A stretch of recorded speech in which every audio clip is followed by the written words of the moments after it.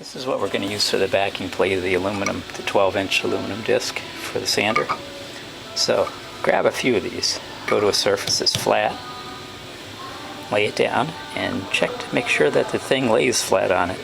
This one doesn't, it wobbles. But you'll find a bunch that lay nice and flat. So then next you get yourself a 5/8, this is 7 or 8 inch bolt and nut. Crank it in a few turns. Okay, and set this down. You lay it on the edge of the counter and spin the disc. You can see how true it spins. If it wobbles in and out, just try to find one that's pretty flat, doesn't have much wobble in it. Yeah, it's not too hard. You'll find a few that look really good. Okay, last thing you'll need is a 3/4 inch washer. That goes right in the center of the sanding disc. It's perfect, it lays perfectly in the center like that, and it's flush with the rest of the disc. That way when you put the aluminum disc on and tighten the nut in the center, you're not going to warp the disc. With most of them, you can lay a 3/4 inch washer in there. You lay something flat, a straight edge across there, and it's perfectly flush. And this one, which is a metal grinding, is not. So yeah, just check the different kinds until you find one where a washer is laying in there flush. That way it'll be a good backing for the aluminum disc, and you won't buckle the center in by tightening the center nut. So I suppose you could fill it in with JB Weld too, if worst comes to worst. But I found a lot where the 3/4 inch washer fits perfectly. It depends on the way they designed the center here.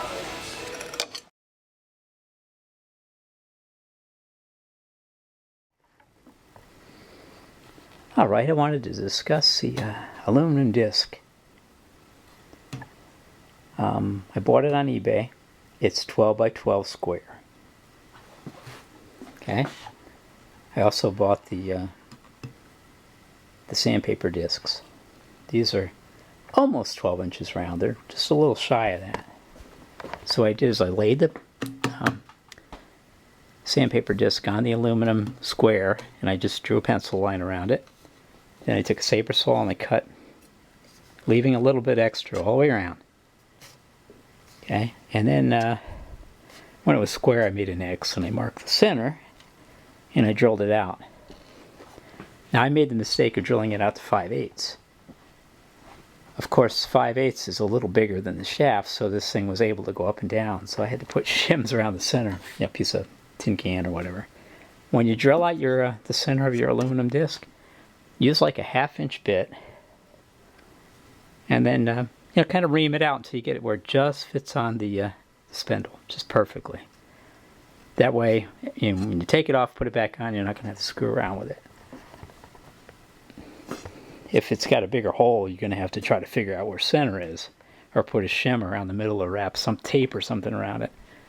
So that's about the only mistake I couldn't really correct easily. Now, after you get this on there and you get it mounted, you're going to want to true up the edge. See how it's nice and shiny? I did that by spinning it with the motor and using a wood chisel. Just lightly hold it right there. Just lightly hold it there as it's spinning real fast, and you'll see aluminum will just start peeling off. So just every once in a while stop it, and when you get to the point where it's completely shiny all the way around, it's perfectly true at that point. So when you get to that,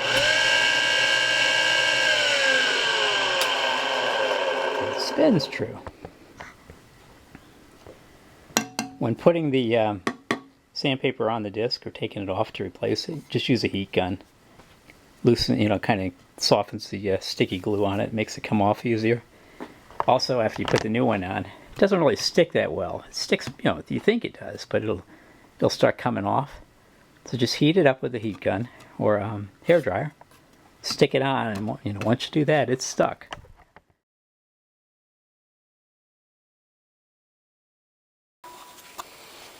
Okay, here's a view from this side.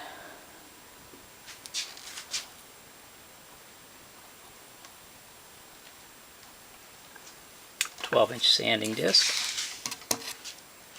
Work table. You unscrew this bolt. Work table comes off. Gives you easy access to the sanding plate. Take that whole aluminum disc right off of there, and take the sandpaper off. Put a new piece on. That's about it for the sanding side. Yeah, these hold up a long time. The sanding disc. Right now I've got about an 80 grit on it. That seems to be the most versatile. If you're sanding wood, you just lay it on there and sand it lightly right across there. You don't even see swirl marks. Comes out pretty good. So you know, you can square up a piece of wood and stuff like that. Works pretty good. So here's what we got on that side. This is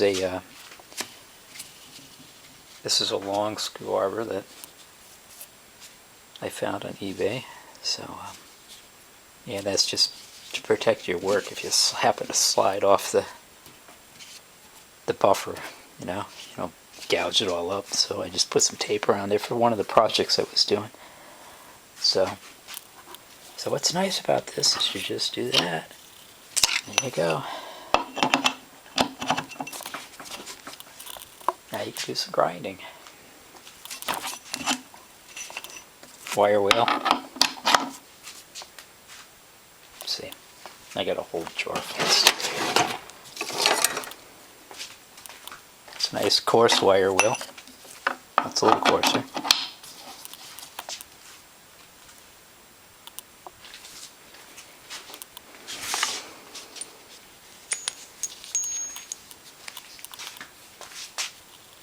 There's a buffer wheel and a chuck. So yeah, all these things come in handy. Also, like yeah, these little grindstones.